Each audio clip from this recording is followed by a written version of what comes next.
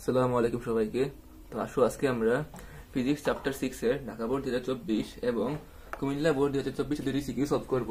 তো আসো আমরা প্রথমে ঢাকা বোর্ড 2024 সিকিউটি সলভ করি। এখানে বলেছে কি যে আমাদেরকে এখানে বলা হয়েছে যে একটি 1.67 কেজি বরের ধাতব খণ্ডকে একই ধাতু তৈরিতে বলা হয়েছে 2 কেজি বরের পাত্রের মধ্যে রেখে 1000 ডিগ্রি সেলসিয়াস এই তাপমাত্রা উত্তপ্ত করা হলো। এখানে বলা হয়েছে যে ধাতব খণ্ডটিকে একটি 0 ডিগ্রি সেলসিয়াস তাপমাত্রার বরফের স্তূপে রাখা হলো। ধাতুর আপেক্ষিক তাপ দেওয়া হয়েছে 400 joule per kg per kelvin এবং বরফ গলন আপেক্ষিক সুপ্ত তাপ দেওয়া হয়েছে 334 কিলো জুল পার কেজি এবং আমাদের পানির আপেক্ষিক তাপ দেওয়া হয়েছে 4.2 kilo joule per kg per kelvin. তো আমাদের এখানে বলেছে যে উত্তপ্ত ধাতব খণ্ডটি কি পরিমাণ বরফ গলতে সক্ষম হবে। আমরা প্রথমে ধাতব খণ্ড কর্তৃক বর্ধিত তাপ নির্ণয় করব। অতএব ধাতব খণ্ড কর্তৃক বর্জিত তাপ কি লিখতে পারি আমরা যে Q equals to ms delta T ms into t2 - t1 লিখতে পারি। t2 - t1 ডেল্টা টি এবং t2 - t1 একই কথা। ডেল টি মূলত আমরা বুঝি যে তাপমাত্রার পার্থক্য, বুঝতে পারলাম। এখানে কিউ ইকুয়ালস লিখতে পারি আমরা ধাতব খণ্ডের ওজন কত দেওয়া আছে m, কিন্তু এখানে ওজন মান দেওয়া আছে ধাতব খণ্ডের ক্ষেত্রে 1.67 কেজি। অর্থাৎ ধাতব খণ্ডের ওজন হচ্ছে 1.67 কেজি ইনটু এখানে দেওয়া আছে কি দেওয়া আছে ধাতব খণ্ডটির ধাতুর আপেক্ষিক তাপ দেওয়া হয়েছে 400 joule per kg per kelvin. অতএব এটা আমরা এর ক্ষেত্রে ইউজ করব আপেক্ষিক তাপ হিসাবে, আপেক্ষিক সূত্র তাপ আর কি, ইনটু t2 - t1। এখানে কিন্তু 1000 ডিগ্রি সেলসিয়াস তাপমাত্রায় উন্নীত করা হয়েছে। অতএব এখানে ডেল টি এর মান হচ্ছে 1000 degree Celsius into 1000 degree Celsius বা 1000 কেলভিন বলা যেতে পারে। কত আসছে মানটি যে 1.67 ইনটু 400 ইনটু 1000, এটা আসছে আমাদের 6,68,000 জুল। 6,68,000 জুল। আমরা এই মানটির ক্ষেত্রে আবার আমরা ধরবো এটুকু মুছে নেই। তাহলে আমরা যেহেতু আমরা বর্জিত তাপের মানটি পেয়ে গেছি, তাহলে আমরা বলতে পারি যে ধরি m কেজি পরিমাণ বরফ গলাতে সক্ষম হবে। বরফ গলাতে পারবে নাকি? গলাতে পারবে। তো আমরা কি লিখতে পারি এখন যে আবার আমরা জানি বরফ গলানোর ক্ষেত্রে আরেকটি সূত্র হচ্ছে Q ইকুয়ালস টু mLF। এই সূত্রটি আমরা ব্যবহার করবো। এখানে আমরা Q এর মান পেয়েছিলাম কত? Q এর মান পেয়েছিলাম হচ্ছে 6,68,000 জুল এবং এখানে m এর মান কত? এখানে m এর মান কত হবে? এখানে আমরা তো m2 এর মান বের করব। মূলত এখানে আমরা m এর মান বের করব। তো আমরা ধরে নিলাম যে m এর মান হচ্ছে m2।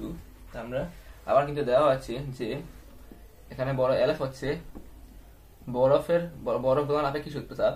এটা দেওয়া হচ্ছে 334 কিলো জুল পার কেলভিন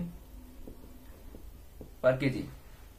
এটাকে আমরা যদি কিলো জুল থেকে জুলে নেই তাহলে আসবে 3,34,000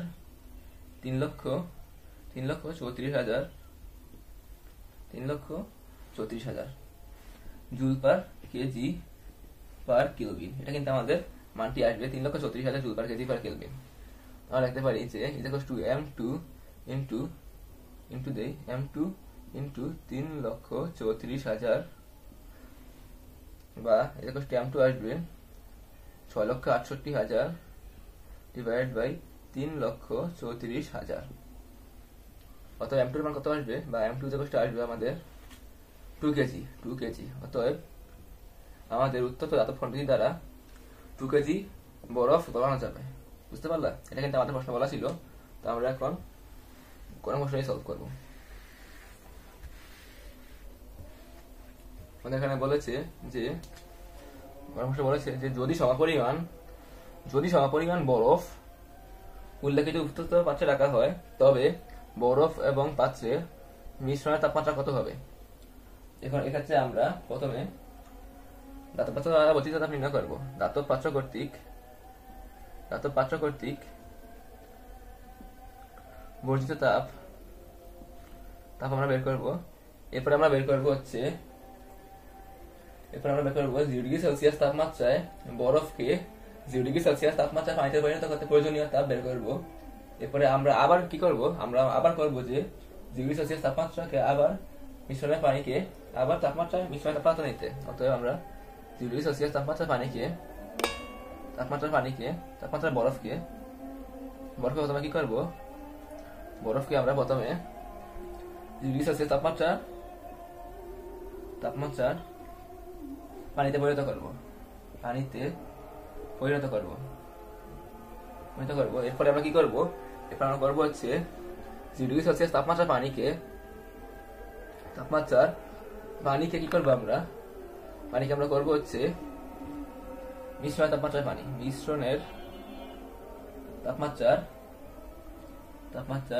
পানি। আশা করছি এই পার্টি বুঝতে পারছো।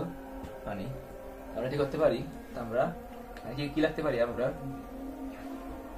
বলতে পারি প্রথম আমাদের বর্ধিত তাপ নির্ণয় করতে হবে। আমরা দেখতে পারি যে Q1 ms into T1 minus T। আমরা কিন্তু এখানে যে T এর মানটি আছে সেটা কিন্তু জানি না, আমরা কিন্তু T এর মানটি জানি না। এক্ষেত্রে আমরা লিখতে পারি যে 2 into দেওয়া আছে যে ধাতুর আপেক্ষিক তাপ দেওয়া আছে 400 joule per kg per kelvin, 2 into 400 into দেওয়া আছে 1000 ডিগ্রি সেলসিয়াস তাপমাত্রা উত্তপ্ত করা হলো 1000 ডিগ্রি সেলসিয়াস মাইনাস টি। এখানে যে তাপমাত্রা বর্ধিত হবে অবশ্যই পরবর্তী যে তাপমাত্রা রয়েছে সেই মানটি প্রথম তাপমাত্রা থেকে কম হবে। এজন্য আমরা 1000 মাইনাস টি রাখতাম। বুঝতে পারছো যে এখানে কি জন্য আমরা 1000 মাইনাস টি রেখেছি? এটা হচ্ছে মূলত যেহেতু তাপ বর্জন করার ক্ষেত্রে কিন্তু আমরা তাপমাত্রা কমে যাবে, আমাদের তাপমাত্রা কমে যাবে। এজন্য আমরা পরবর্তী যে তাপমাত্রা সেটি কিন্তু 1000 থেকে ছোট হবে। অতএব 1000 is greater than t, এজন্য আমরা লিখেছি যে 1000 মাইনাস টি। আশা করি বুঝতে পেরেছো। লিখতে পারি আমরা এটা যে এটা আসবে হচ্ছে 8 লক্ষ 2 into 400 into 1000 দিই, 2 into 400 into 1000, এটা হচ্ছে আমাদের 8 লক্ষ জুল। 8 লক্ষ ইন্টু মাইনাস 800 টি, 8 লক্ষ মাইনাস 800 টি মানটি তোমরা মনে রাখো, আমাদের পরবর্তীতে অনেক কাজে লাগবে। এটা এখন সমীকরণ দেওয়ার দরকার নেই, আমরা লিখে রাখি মানটি জাস্ট। এটা কত ছিল হচ্ছে 8 লক্ষ মাইনাস 800 টি। এটা ছিল আমাদের হচ্ছে বর্ধিত তাপের মান। এরপর আমরা কি করব, এরপর আমরা লিখবো হচ্ছে 0 ডিগ্রি সেলসিয়াস তাপমাত্রার বরফকে পানিতে পরিণত করছে। যেহেতু বলা হচ্ছে যদি সমপরিমাণ, অতএব 2 কেজি বরফ, যেটা গততে পেয়েছিলাম আমরা, গুলোকে যদি উত্তপ্ত তাপমাত্রা রাখা হলে মিশ্রণের তাপ আমাদের নির্ণয় করতে বলেছে। তো প্রথমে আমরা 0 ডিগ্রি সেলসিয়াস তাপমাত্রাকে আবার 0 ডিগ্রি সেলসিয়াস তাপমাত্রা পানিতে রূপান্তরিত করব। তারপরে আবার 0 ডিগ্রি সেলসিয়াস তাপমাত্রা পানিকে আমরা আবার মিশ্রণের তাপে রূপান্তরিত করব। পানিতে রূপান্তরিত করতে প্রয়োজনীয় তাপ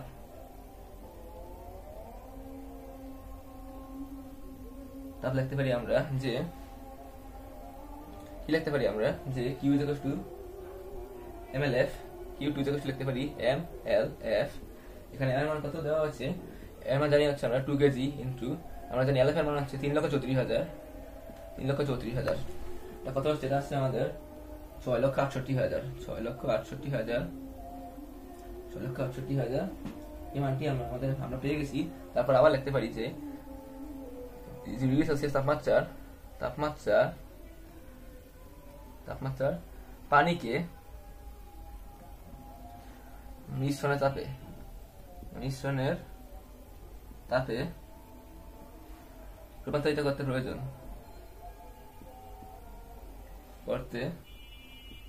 প্রয়োজনীয় তাপ।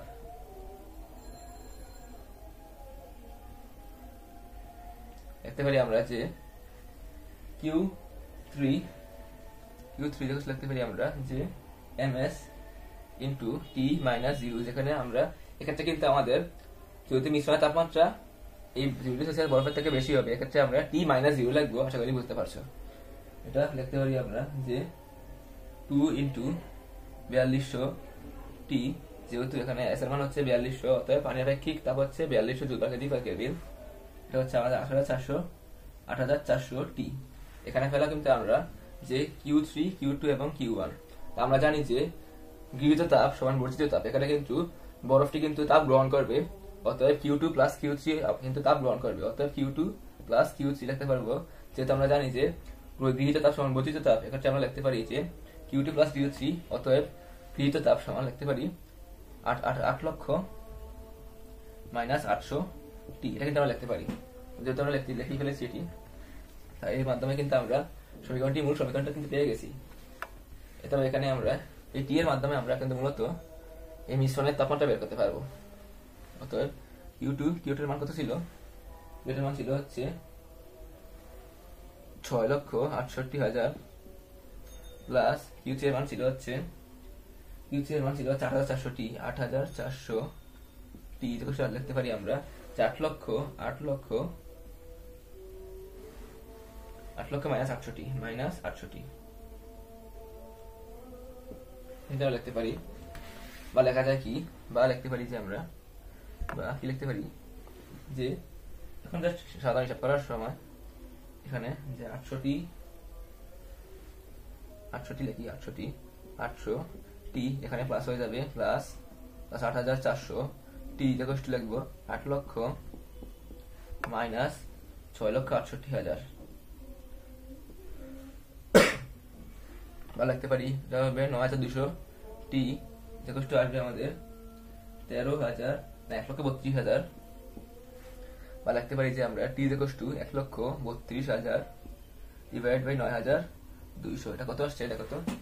1,32,000 ডিভাইড বাই 9,200, 1,32,000 ডিভাইড বাই 9,200। এটা আসছে আমাদের 14.347 ডিগ্রি সেলসিয়াস তাপমাত্রা। অতএব যদি নপরিমাণ বরফ উল্লেখিত উত্তপ্ত পাত্রে রাখা হতো, তবে বরফ পাত্রের মিশ্রণের তাপমাত্রা হতো হচ্ছে 14.347 ডিগ্রি সেলসিয়াস তাপমাত্রা। আমাদের কিন্তু প্রশ্নটি সমাধান হয়ে গেছে প্রশ্নটি। তো দাদা ভাইয়া আমি কুমিল্লা বোর্ড 2024 সিকিউরিটি একটু লিখে নিই। তো আমি কিন্তু কুমিল্লা বোর্ড 2024 সিকিউরিটি রয়েছে সেটি লিখে ফেলেছি। তো আসলে আমরা প্রথমে উদ্দীপকে কি দেওয়া আছে সেটি পড়ে নেই। এখানে কিন্তু দেওয়া আছে যে দৃশ্যকল্প 1 দেওয়া আছে এবং দৃশ্যকল্প 2 দেওয়া আছে। হ্যাঁ, খেয়াল করে দৃশ্যকল্প 1 বলা হয়েছে যে 700 গ্রাম বরের একটি কঠিন বস্তুকে 120 ডিগ্রি সেলসিয়াস তাপমাত্রার 262.5 গ্রাম পানির মধ্যে ছেড়ে দেওয়া হলো, ফলে মিশ্রণের তাপমাত্রা 50 ডিগ্রি সেলসিয়াস পাওয়া গেল। এবং দৃশ্যকল্প 2 বলা হয়েছে যে 500 গ্রাম বরের অপর একটি কঠিন বস্তুর তাপমাত্রা 80 ডিগ্রি সেলসিয়াস বৃদ্ধি করতে 18,000 জুল তাপের প্রয়োজন। এখন গরম প্রশ্নে আমাদের বলেছে যে দৃশ্যকল্প 1 পানি কর্তৃক গৃহীত তাপ নির্ণয় করো। আমরা জানি গৃহীত তাপের সূত্র, গৃহীত তাপ দেখি ভালো করে লিখি তারা। গৃহীত তাপ আমরা জানি Q ms ডেল্টা টি। এখানে এম এর মান কত দেওয়া হয়েছে? এখানে এম এর মান দেওয়া হয়েছে হচ্ছে দৃশ্যকল্প 1 এখানে এম এর মান হচ্ছে 700 গ্রাম, এটা আসবে 0.7 কেজি। এস এর মান কত দেওয়া হচ্ছে? এস এর মান কিন্তু আমাদের দেওয়া হয়েছে হচ্ছে 4200, যেহেতু 120 ডিগ্রি সেলসিয়াস তাপমাত্রার পানির মধ্যে ছেড়ে দেওয়া হলো। এক্ষেত্রে আমরা ধরে নিব যে এস এর মান হচ্ছে, যেহেতু পানির মধ্যে ছেড়ে দেওয়া হয়েছে, আমরা জানি পানির আপেক্ষিক তাপ হচ্ছে 4200 joule per kg per kelvin. এক্ষেত্রে আমরা এস এর মানটি 4200 joule per kg per kelvin ধরে দিব। এবং ডেল্টা টি এর মান কত? যেহেতু ডেল্টা টি এর মান হচ্ছে 120 ডিগ্রি সেলসিয়াস তাপমাত্রার 262.5 গ্রাম পানির মধ্যে ছেড়ে দেওয়া হলো, ফলে মিশ্রণের তাপমাত্রা হচ্ছে 50 ডিগ্রি সেলসিয়াস পাওয়া গেল। আমরা কি লিখতে পারি? এটা হচ্ছে লিখতে পারি আমরা যে 50 ডিগ্রি সেলসিয়াস যেতে পাওয়া গেছে, অতএব পরবর্তী তাপ বিয়োগ পূর্ববর্তী তাপ 120 ডিগ্রি সেলসিয়াস, এটা কিন্তু আমাদের বের হয়ে যাবে। অতএব ডেল্টা টি আসবে হচ্ছে -70 ডিগ্রি সেলসিয়াস। বুঝতে পারলা? এখানে আমরা ডেল্টা টি লিখি, এখানে -70 ডিগ্রি সেলসিয়াস না রেখে আমরা -70 কেলভিন লিখতে পারি, কেলভিন। এখানে এম এর মান হচ্ছে 0.7 কেজি ইন্টু এস এর মান হচ্ছে 4200 ইন্টু ডেল্টা টি এর মান হচ্ছে আমরা পেয়েছি ইন্টু -70। এটা কত আসে দেখো তো? 0.7 ইন্টু 4200 ইন্টু -70, এটা আসছে আমাদের -77,000 -77,172 জুল। এখানে কোন এটাকে বলেছে যে পানির ভরের ক্ষেত্রে, ও আচ্ছা এখানে তো পানির ভরের ক্ষেত্রে বলেছে, পানি কর্তৃক গৃহীত, পানি কর্তৃক। তো এখানে আমরা কিন্তু এই কঠিন বস্তুর যে ভরটি রয়েছে সেটা কিন্তু ব্যবহার করতে পারবো না, আমাদের এখানে পানির ভরটি ব্যবহার করতে হবে। যেহেতু পানির ভরটি দেওয়া হচ্ছে 262.5 গ্রাম, তো আমরা লিখতে পারি যে 262.5 গ্রাম। কত আসে? কত কেজিতে আসবে হচ্ছে 262.5 ডিভাইড বাই 1000, তাহলে আমাদের 0.2625 কেজি, 0.2625 কেজি। এখানে জাস্ট এর মানটি ভুল করে ওটি বসে ফেলেছি আর কি, বুঝতে পারলা? এটা হচ্ছে 0.2625 ইন্টু 4200 ইন্টু -70। এখানে পানির ক্ষেত্রে বলেছে পানি কর্তৃক গৃহীত তাপ নির্ণয় করো, তো আমরা পানির ওজনটি ব্যবহার করবো এর জন্য। 0.2625 ইন্টু 4200 ইন্টু -70, এটা হচ্ছে আমাদের -77,175 জুল। এখানে মাইনাস দ্বারা মূলত বোঝানো হয়েছে কি? এখানে মাইনাস দ্বারা মূলত বোঝানো হয়েছে হচ্ছে গৃহীত তাপ। অতএব বলে দেই যে মাইনাস চিহ্ন দ্বারা গৃহীত তাপ বোঝানো হয়েছে, গৃহীত তাপ বোঝানো হয়েছে। আশা করি তোমরা বুঝতে পেরেছ অঙ্কটি। আসলে আমরা পরবর্তী গণমশাই সমাধান করি। সমস্যা নেই, হয়ে গিয়েছে। ঘন প্রশ্ন বলেছে যে দৃশ্যকল্প 1 ও দৃশ্যকল্প 2 এর বস্তু দ্বয় কোন উপাদানের তৈরি? আমরা জানি বস্তুর উপাদানের মানটি হচ্ছে S, অথবা আমরা কি দেখো ms ডেল্টা সূত্রটি ব্যবহার করে S এর মান নির্ণয় করতে হবে দুটি ক্ষেত্রে। অতএব ঘন প্রশ্ন রাখতে পারি যে এখানে দৃশ্যকল্প 1 এর ক্ষেত্রে দৃশ্যকল্প 1 এর ক্ষেত্রে লিখতে পারি আমরা যে Q = ms ডেল্টা t, বা এখানে লিখতে পারি যে Q = ms into delta t হচ্ছে তো t2 - t1, t2 - t1, বা লিখতে পারি যে বা s লিখতে পারি আমরা যে Q divide by m into t2 - t1, t2 - t1। এখানে কিন্তু একটা জিনিস খেয়াল করো যে এখানে কিন্তু আমাদের 700 গ্রাম একটি গতির বস্তু যে রয়েছে সেটি কিন্তু কোনো তাপমাত্রা পার্থক্য দেওয়া হয়নি, কিন্তু এখানে কিন্তু টি2 এর মান দেওয়া হয়নি এবং টি1 এর কোনটার মান কিন্তু দেওয়া হয়নি। এর জন্য আমরা দৃশ্যকল্প 1 থেকে মূলত আমরা যে আমাদের যে বলেছে যে আপেক্ষিক তাপ বা বস্তুর কোন উপাদান দিয়ে তৈরি সে কিন্তু আমরা বের করতে পারবো না দৃশ্যকল্প 1 এর ক্ষেত্রে।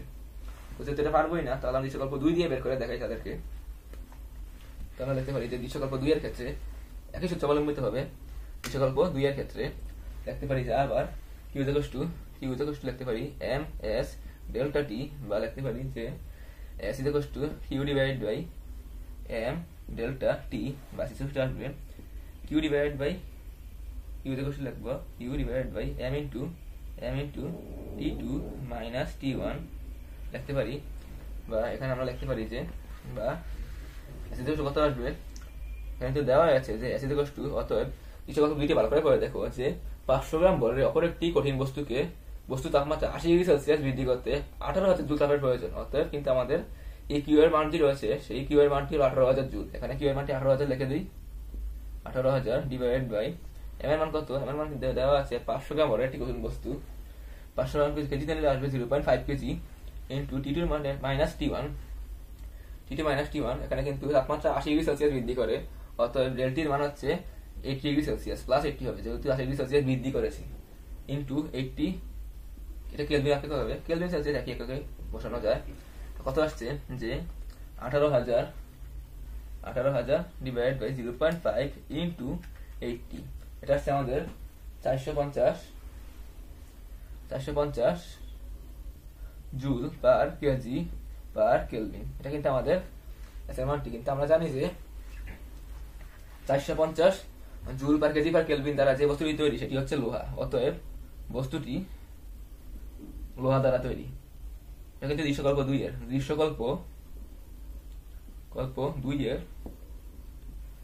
এর বস্তুটি লোহা দ্বারা তৈরি,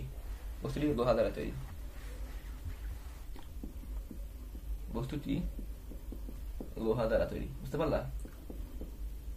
এটা কিন্তু আমাদের বলেছিল যে দৃশ্যকল্প 1 ও 2 এর বস্তু কোন উপাদান দ্বারা তৈরি, কিন্তু আমাদের কিন্তু এখানে দৃশ্যকল্প 1 এর মধ্যে শুধু বলা হচ্ছে 700 গ্রাম ভরের একটি কঠিন বস্তুকে 120 ডিগ্রি সেলসিয়াস তাপমাত্রা 262.5 গ্রাম পানির মধ্যে ছেড়ে দেওয়া হলো, ফলে মিশ্রণের তাপমাত্রা 20 ডিগ্রি সেলসিয়াস পাওয়া গেল। এখানে কিন্তু আমাদের 700 গ্রাম বস্তুর যে ভরটি রয়েছে না, 700 গ্রাম বস্তুর যে উপাদানটি বা ভরের একটি কঠিন বস্তু রয়েছে সেটি কিন্তু কোনো আদি তাপমাত্রা এবং শেষ তাপমাত্রা কোনোটি বলে দেওয়া হয়নি, শুধু বলা হয়েছে মিশ্রণের তাপমাত্রা বলে দেওয়া হয়েছে।